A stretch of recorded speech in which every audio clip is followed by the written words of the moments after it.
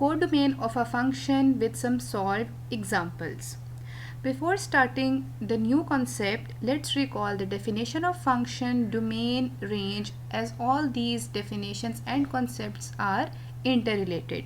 So in mathematics, basically a function is a relation between the set of inputs and all the possible outputs, where each input is related to exactly one output.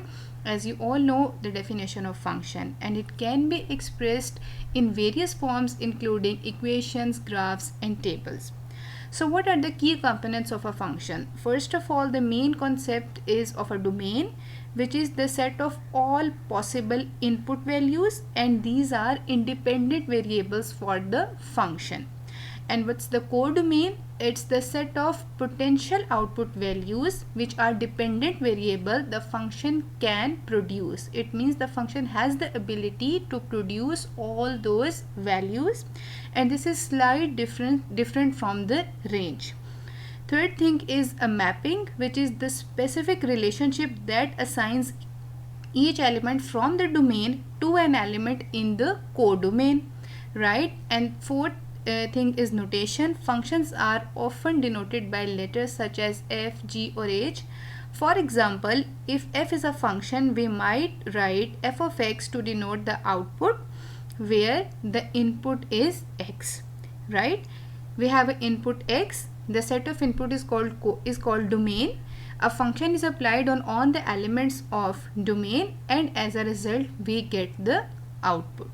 So this was the basic recap of the definition of function, domain, mapping and notations. So now we are going to start the new concept, that is codomain, and I will tell what is the difference between codomain and range, and we are going to solve some examples so that you can understand in a much better way. So let's get started. Okay, so starting with the definition of codomain, if we talk about the codomain in simpler words, so it's the biggest canvas, then range. The codomain is a set that includes all the possible outputs that the function can produce. It means the function has a potential to produce all those outputs, right? The codomain is a set that includes all the possible outputs that could potentially result from a function, but it's not necessary that all those outputs will actually come, even if some of them are never actually achieved, right? It's important to note that the codomain is specified when the function is defined, right? Now we will talk about the basic difference between the range and codomain, which is basically the thing to understand. The key difference. The key difference is that the codomain tells us all the possible outputs that a function can produce. A function has the ability to produce all those outputs, whereas the range is the actual output that the function will produce. The actual outputs that we get when we input all the values from the domain. Let's talk about some engaging examples. Talking about the first example, example number 1, the squaring function. Function is defined as, let's I take my function to be equals to f of x equals to x square. What will be the codomain? We define our codomain to be equals to all real numbers. Since whatever the answer will be, it will lie among the real numbers. That's a big promise. But what will be the range? As we all know, squaring makes every number positive. So, but when we actually input values, we find out that the outputs are non-negative, right? Because squaring anything gives us the positive answer. So what will be the range? The range will be 0 till positive infinity. This is also a real number, but the actual range is 0 till positive infinity.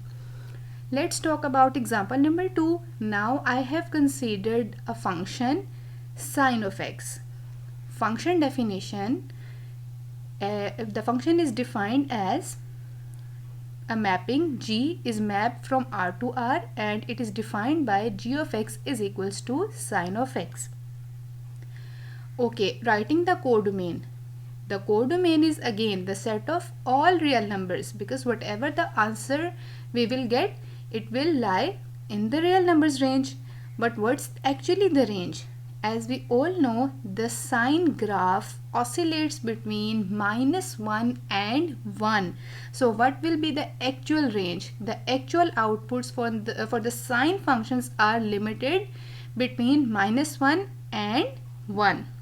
So this is the range, and codomain is all real numbers. So writing the summary of this example, the codomain will be all real numbers and the range will oscillate between -1 and 1. Let's talk about some examples from our daily routine. For example, the grades achieved by school students. What will be the codomain? The full set of possible grades will be the codomain. For example, 0 till 100. This is the set of possible grades. But what will be the range? For example, the student of class 5th achieved grades between 60 to 95. All the students achieved marks between this range. So this is the range, and codomain is 0 till 100. That's a big canvas. Example number 4 is video game score. Codomain. The potential score achieved by any player would be the codomain. For example, I say 0 till 1000. Any point could be achieved by the player. But what will be the range?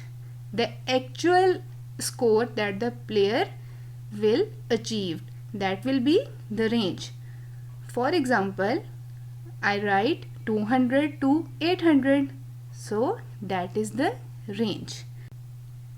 So that's a wrap for today's lesson. I hope you like this video and you are liking the series of functions as well, the definitions of domain, range, codomain. So thank you for supporting. Thank you so much for watching my videos. I know understanding these concepts is a little bit crucial for mastering functions, but if you have learned something new today, so hit that like button, share, subscribe, and don't forget to hit the bell icon as well. And let's continue to explore maths together.